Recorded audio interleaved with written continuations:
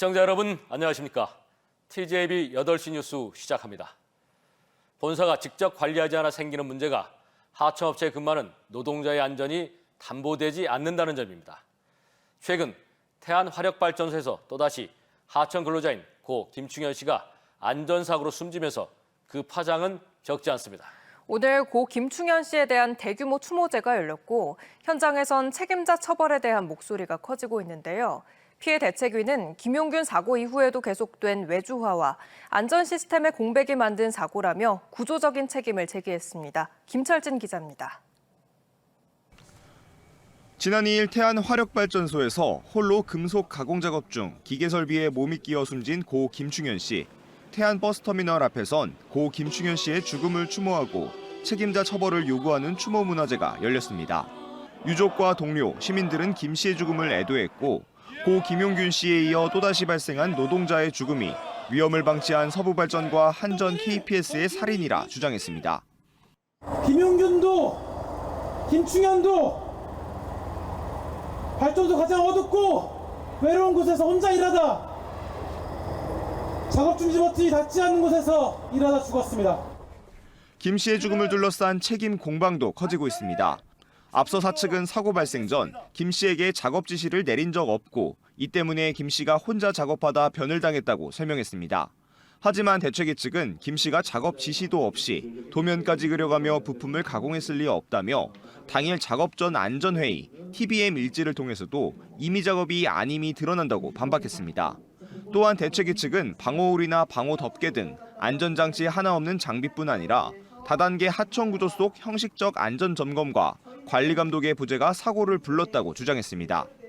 관리 감독자도 형식적으로만 이제 기재가 돼 있고 실질적으로 안전 관리자도 지금 보이지 않고 이런 이제 다단계 그 하청 구조가 결국은 관리 감독 자체를 사각지대로 내몰고 있다. 사측의 작업 지시 여부 등 경찰의 수사도 본격화되는 가운데 국가인권위원회는 성명을 내고 최근 5년간 서부발전 등 발전 5개사에서 237명이 죽거나 다치고 이 중 83%가 하청 노동자였다며 위험의 외주화를 개선해야 한다고 지적했습니다. TJB 김철진입니다. 대전과 충남의 행정통합을 위한 특별법 추진이 본격화됐습니다. 대전 충남 행정통합 민관협의체는 충남도청에서 제4차 회의를 열고 통합의 당위성과 공론화 전략, 법률안 추진 일정을 논의했습니다. 협의체는 이달 안으로 20개 시군구를 순회하며 주민 설명회를 열고 홍보 캠페인과 유튜브 공모전 등으로 공감대 형성에 나섭니다. 또 다음 달 양시도의 의견 청취 절차를 거쳐 통합 관련 법률안을 정기국회에 상정하고 연내에 통과하도록 대응하기로 했습니다. 법운산 난개발 반대 시민대책위원회가 오늘 대전시청 앞에서 기자회견을 열고 법운산 개발 사업과 3대 하천 준설 등을 즉각 중단하라고 촉구했습니다. 이들은 대전시가 멸종 위기종이 서식하는 생태계 보고인 보문산에 대규모 인공시설 건설을 추진하는 것은 기후 위기 시대에 역행하는 무책임한 도시정책이라고 비판했습니다. 그러면서 자신의 정치적 이익을 위해 시민 뜻과는 반대로 독단적인 행동을 이어가는 이장우 대전시장은 사퇴해야 한다고 주장했습니다. 올해 단 한 푼의 예산도 배정되지 않아 캐시백 혜택이 없어진 대전 지역화폐 대전사랑카드가 다음 달 부활합니다. 지역화폐 활성화를 예고한 이재명 정부 출범 이후 그동안 유명무실해진 지역화폐가 운영이 재개되는 분위기인데 골목 상권 활성화에 다시 한번 불을 지필 수 있을지 주목이 됩니다. 이수복 기자입니다. 대전시가 2020년 발행했던 지역화폐 온통대전입니다.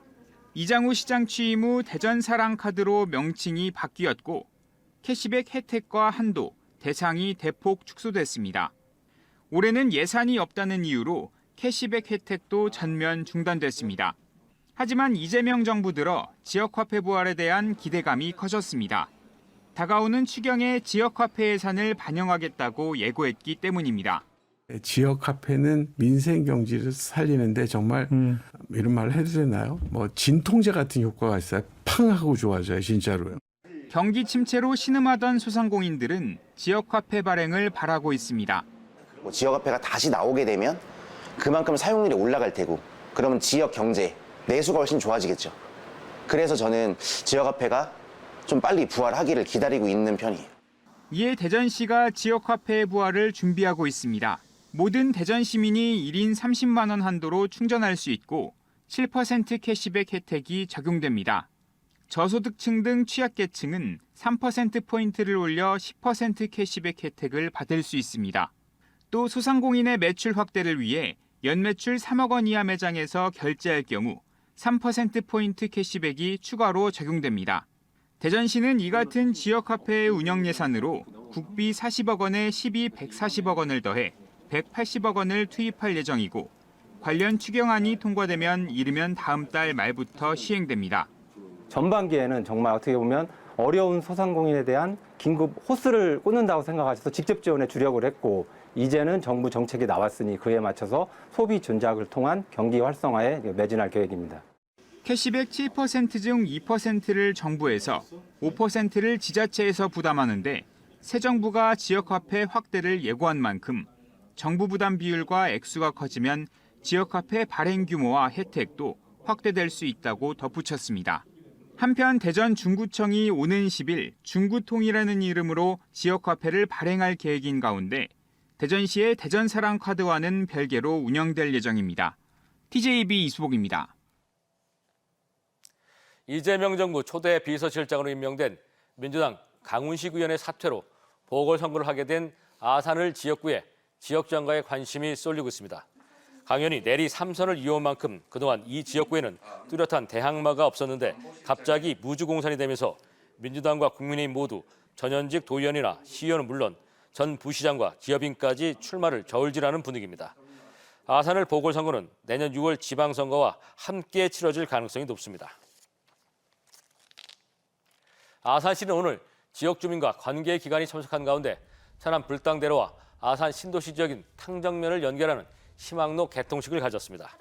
희망로는 아산 신도시 조성에 따른 교통체증 해소를 위해 지난 2021년 착공한 지역 수건 사업으로 총 연장 2.1km 왕복 6차선 도로입니다. 아산시는 희망로 개통에 따라 탕정 2지구 도시개발 사업과 천안 아산 R&D 직접지구 등 지역의 핵심 사업이 유기적으로 연결되고 천안 방면 연결도로의 교통량 분산으로 주민 불편이 크게 개선될 것으로 전망했습니다. 시각 장애인의 눈이 되어지는 AI 로봇 안내견부터 현실처럼 생생한 초실감 메타버스 기술까지 그야말로 대한민국의 미래를 바꿀 ICT 기술을 한자리에서 만나볼 수 있는 행사가 마련되었습니다.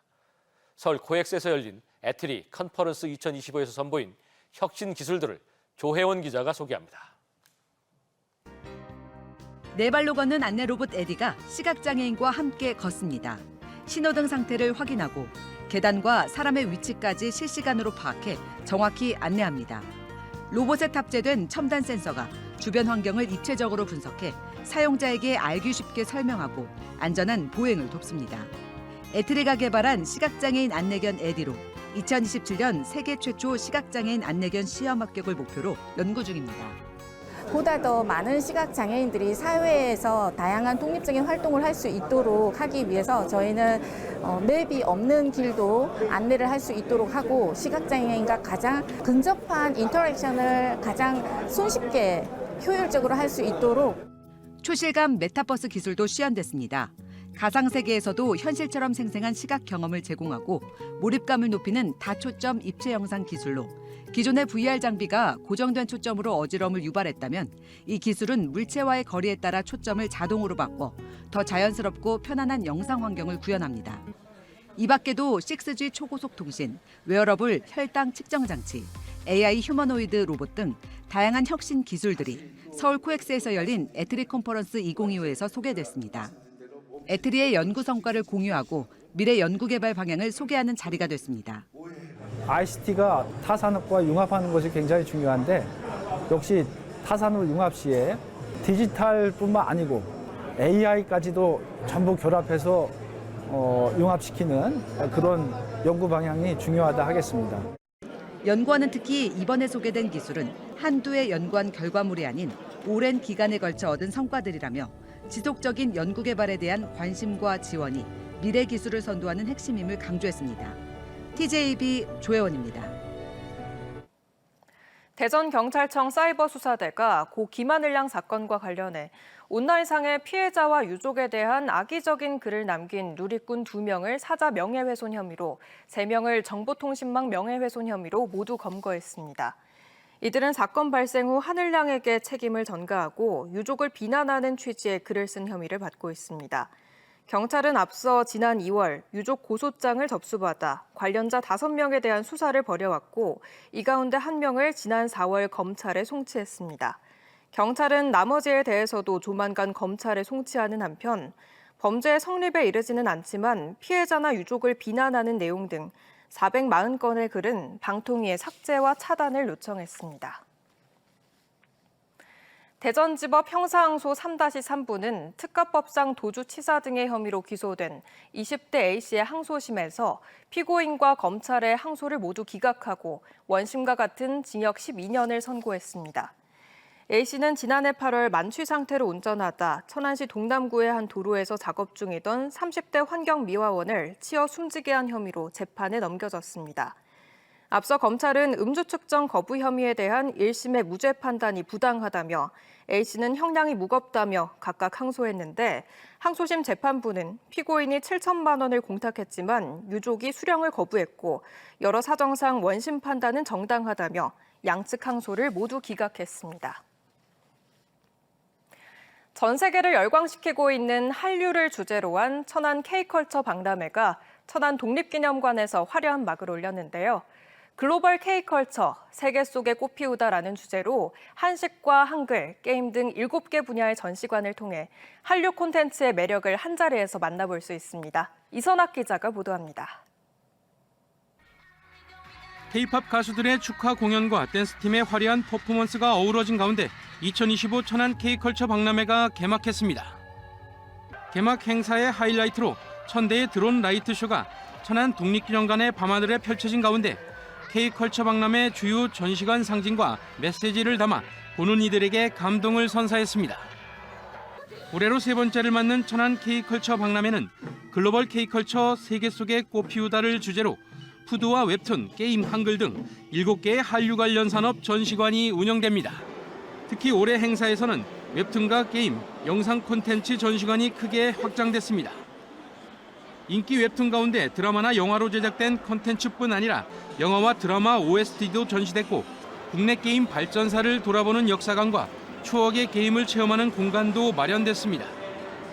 최근 한류 산업을 이끌고 있는 푸드 전시관에는 다양한 한식 업체들이 참가해 K푸드의 확장성을 보여주고 있고, 한글관에서는 세계적으로 인정받고 있는 한글의 위상을 확인할 수 있습니다. 평소 한류에 관심이 많은 외국인들에게 한류의 모든 것을 한자리에서 볼 수 있는 이번 박람회는 이색적인 경험을 선사하고 있습니다. 저는 한국 예술 특히 관심이 있어서, 그리고 제 학교 그리고 여기에 오는 것을 그 다양한 예술 스타일이 많이 볼 수 있어요. 그게 좋을 것 같아요. 또 행사 기간 내내 K한복 패션쇼와 K레트로 공연, 뮤지컬 등 다채로운 공연이 주무대에서 펼쳐지고, 지역 음식점과 푸드트럭 20곳이 참여한 푸드존과 파라솔존 등 관람객 편의 공간도 함께 운영됩니다. 다양한 K 콘텐츠의 매력과 문화산업의 가치를 체험할 수 있는 국내 최대의 문화산업 박람회입니다. 세계 속에 꽃피울 K컬처의 매력과 함께 소중한 추억을 남기시길 바랍니다. 한류 문화 콘텐츠를 다각도로 조명하는 천안 K컬처 박람회는 오는 8일까지 천안 독립기념관 일대에서 계속됩니다. TJB 이선학입니다. 배제학당 창립 140주년을 맞아 배제대학교 아펜젤러 기념관에서 기념 예배가 열렸습니다. 배제대와 배제고, 배제중학교와 배제대 부속유치원을 운영 중인 배제학당은 1885년 미국 감리회 소속 아펜젤러 선교사가 영어를 가르치기 위해 2칸짜리 방을 교육공간으로 꾸며 시작됐으며, 이듬해 고종이 유용한 인재를 키우는 집이라는 뜻의 배제학당이라는 이름을 하사했습니다. 조보현 배제학당 이사장은 신앙과 학문이 조화를 이루는 글로벌 인재를 육성하겠다고 밝혔습니다. 천안 백석대는 글로벌 인재 양성을 위해 태국 치앙라이 해피시티 리조트에서 글로벌 에듀케이션 센터 개소식을 개최했습니다. 이번 행사는 백석대 관계자와 치앙라이 국제학교 관계자 등이 참석한 가운데 에듀케이션 센터를 통해 한국과 태국의 교류를 강화하고 동남아시아 유학생 유치의 전진 기지로 활용한다는 계획입니다. 특히 한국어 교육과 예비대학 과정을 제공하고 나아가 동남아에서 인기를 끌고 있는 K-문화와 예술, 푸드 콘텐츠 확산에 중심 역할을 할 것으로 기대하고 있습니다.